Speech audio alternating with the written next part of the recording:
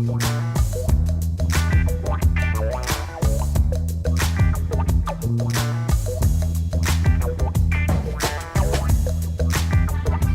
good. So this is one of the most exciting projects. I feel that subjectively. I think you'll see that as well in the presentation. It's the reason why I started working with Etherisc.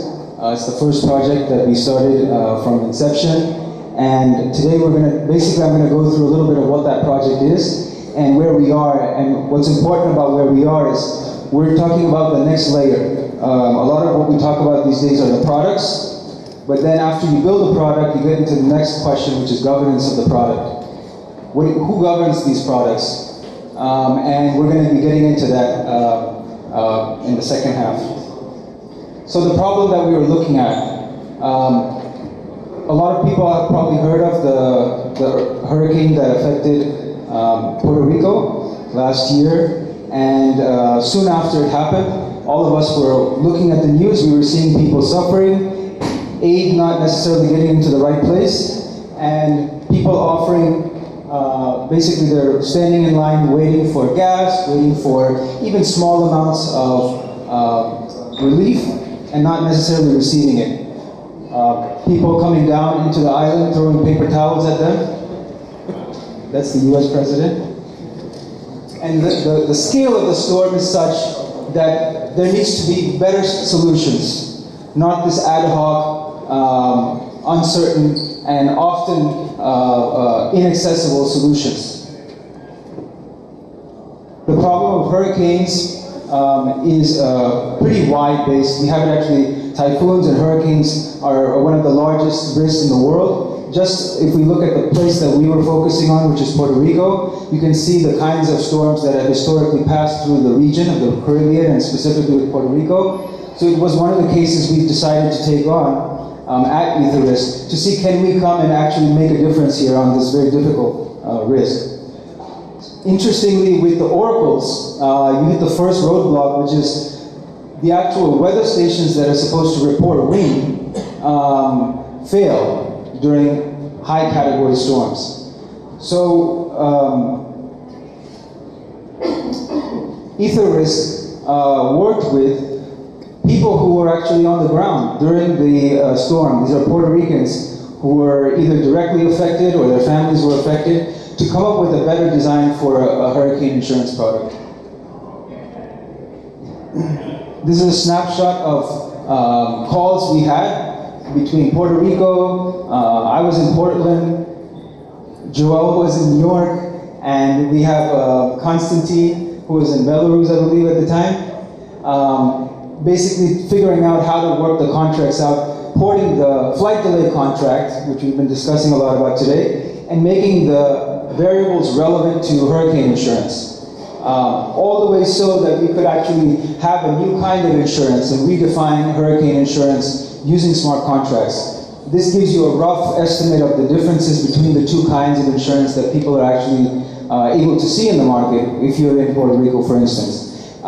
This is obviously not unique just to Puerto Rico, but this was a compelling case for us to figure out and a challenge to solve. Can we make coverage for not just people who have property claims using actual evidence, but claims for other things like loss of income or business interruption, where they don't need to have all of the evidence provided immediately, or that it's not just tied to damage of a particular kind of property?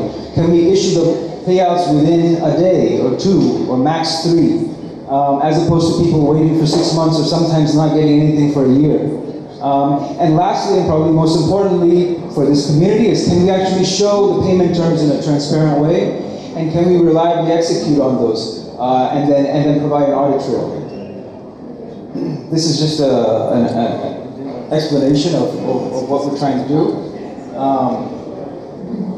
This is a Spanish language translation of the user interface, or at least the type that we've had up until recently, and is our entry into showing how we can actually make products that are designed by people who understand the problem and tweak it to actually make the kinds of feature changes or the feature upgrades that are needed to make it relevant. A critical component, we have actually the the data scientist that's behind the weather data that goes into our product, this is some of the highest resolution wind data available in the world. It's 1.5 kilometer resolution. It's practically unheard of for most cases. And we have it for the entire globe, and are able to employ that to execute on these contracts reliably for particular spots on the globe.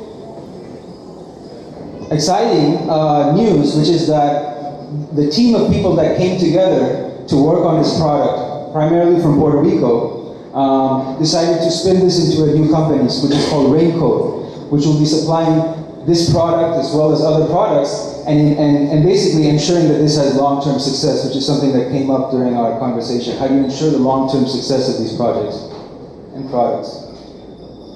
I'm going to be passing the mic now to Joel, who's going to talk about the next level as I was discussing. Thanks. Thanks, Alpen.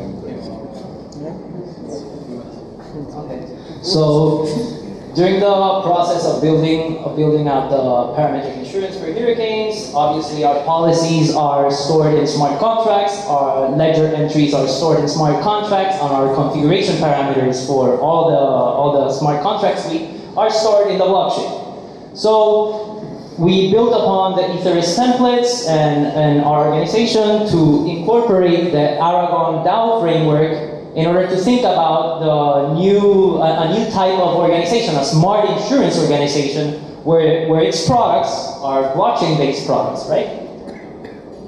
So Aragon is, if you don't know, Aragon is a DAO framework. I'm gonna go quickly over it. It provides basically these 3 core apps out of the box. So you have somewhere to manage your finances, tokens, and your vault. You have a way to manage ownership of tokens and stake, as in stock, for the organization. And you have a voting application to make decisions with the different token holders about different issues.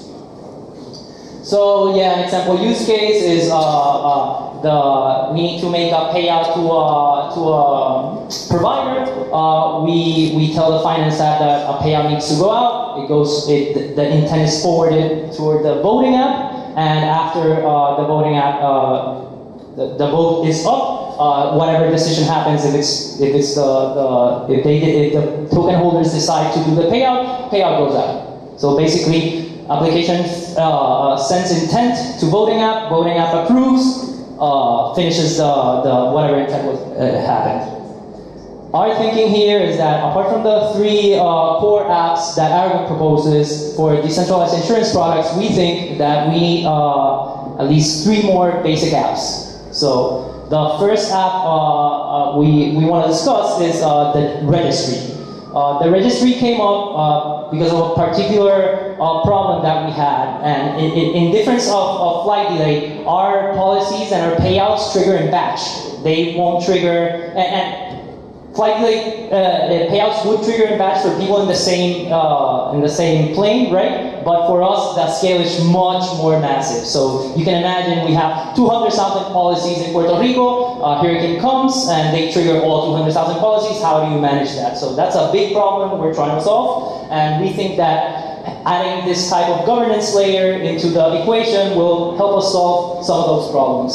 So for the registry, we believe, for example, that if we wanted to make a payout for Puerto Rico because of a hurricane event that triggered our policies, we wouldn't want that to be a single point of failure for an account to execute that payout method, right? So we want to bring in some MultiState Governance provided by Aragon for free for those variables. So for example, we know that an event is coming for Puerto Rico, we would make a vote to unlock that lock for that particular market, and then the payout method could execute and pay out all those policies. For example, another use case for the registry app would be if the organization decides to change the reward percentage or any other configuration parameter, there would be an audit trail for those changes, there would be a vote, and it would have the multi-sig security for free. Oh yeah, so for example, if we also wanted to change the endpoint for the endpoint that Oracleize calls for triggering our payouts, we would then propose a new endpoint. The token holders would vote on that new value, and if it's approved, it would go into the registry, where our smart contract suite would reference that value in order to make the API calls. So another app that we think that we might need, or that we need, is a way for us to see all the policies, right? So our policies are stored in smart contracts in a database contract, and there is no visualization for it right now. And we would like to work with the Etherisc team and other development teams in finding out ways where we could generalize this application to see all the policies and take actions upon them, right? So, for example, if an administrator needs to see the details of a specific policy, needs to generate a report. For example, they want to see the Oracleize underwriting call or the Oracleize payout call. They want to get more detailed information. There is ways to provide public information that anybody in the world could come into this DAO and they could see all the policies, but we could separate personal identifiable information just for token holders to see and not for the entire public. So yeah, in a sense, we think that the policies app is very important in order to have a pagination, right, of all the policies in the database. We also think that it's a way for different teams to even share or sell or buy the different products, because you would just plug it into your smart insurance organization and you would automatically get all the policies listed in your app. The other app we're thinking about is the disputes management, and I'll do that. Thanks. So I just wanted to take on this particular app. A quick zoom out here. So just a quick let's say background is that I actually did my dissertation on crop insurance using automated triggers and IoT. The single biggest point of failure is dispute. It's not just about sensing, which itself has its own limitations, but it's that dispute reduces, or not having a lack of a dispute mechanism has been reducing the trust in such insurance systems. And we think this is not just important for our case. Again, why we're actually presenting it is because we think it's possibly relevant to a lot of the cases here, and we encourage people to work with us together on these applications. Just a quick overview.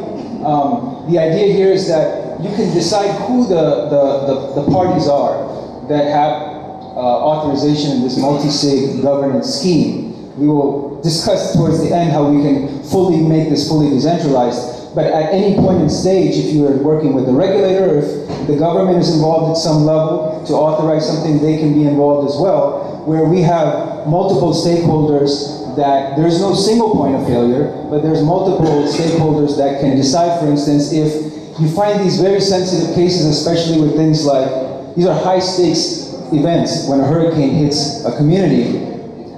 Just because the smart contract said it does not make that everybody's going to accept it. So we have to be able to have a way to scrutinize the decision that's made and decide whether or not there needs to be an update to exactly whether these people should be paid out or not. Because again, if you lose, all your savings in your property, it's not sufficient just to say that the smart contract didn't think this was a category 3 or didn't think it was a category 4. We need to have some more scrutiny on these things. And so this actually provides us a mechanism to look at those decisions and make a decision in that situation, until maybe there will be a point where things can be automated even further, or like we'll discuss later on, we can actually have a more decentralized approach with more token holder voting for these types of decisions.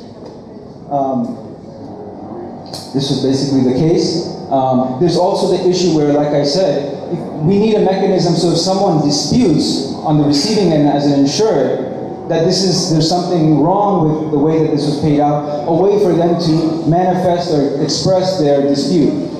And this app is basically a way for us to understand those disputes, to collect them, review them, and then make a decision about them.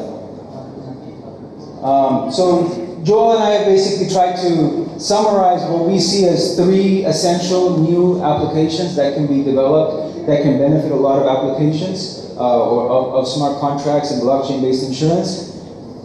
Some of the key benefits here are you don't need to migrate the data from, you don't have to look at Etherscan and then look at like 5 other databases. You can basically try to you can have it aggregated in one view.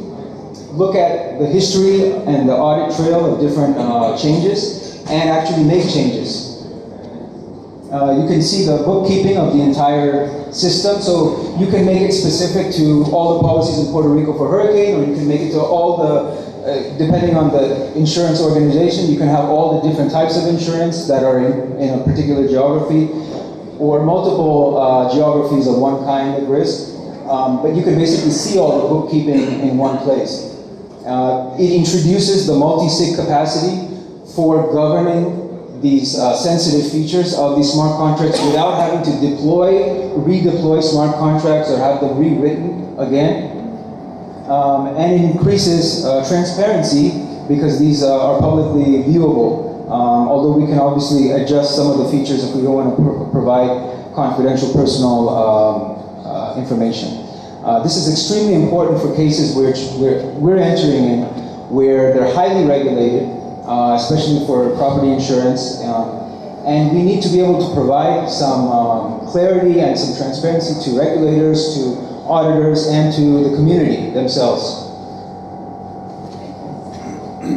So we talked about the multi-sig context of Aragon organizations. The more further or future uses for Aragon organizations are the democracy context, which are really interesting, and it goes with what Witness said about the totally P2P insurance products that are governed by the same insurers, and they can decide on how to spend excess pools, they can decide on who the providers is, and they can decide how money is spent and how they're gonna use their pool. Thank you.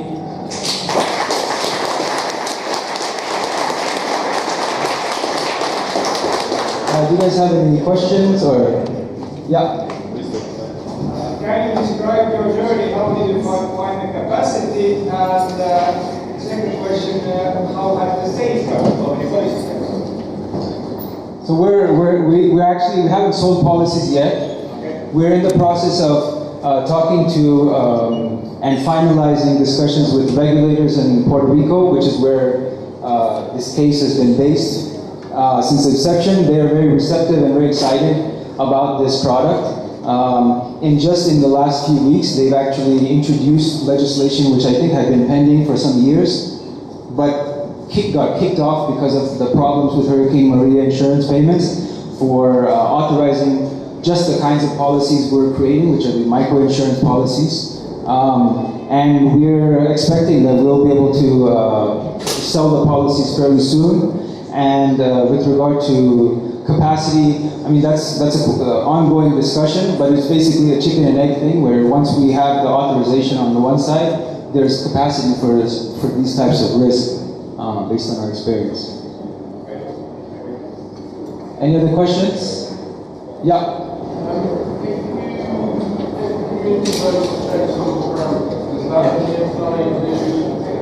New contracts on the river from that project. So I didn't quite get the questions, but you were talking about updates, right? And if they apply to all the policies that were underwritten? Is it just new policies underwritten after that day? So okay. Yes, so that's an interesting question and something we were actually discussing. Can you repeat the question, please? Or try to repeat the question. Yeah, I think the question was about when you underwrote some policies with some specific rules, then you update the rules, right? That's the question? Yes, so I actually was discussing that same point today with some of the team here.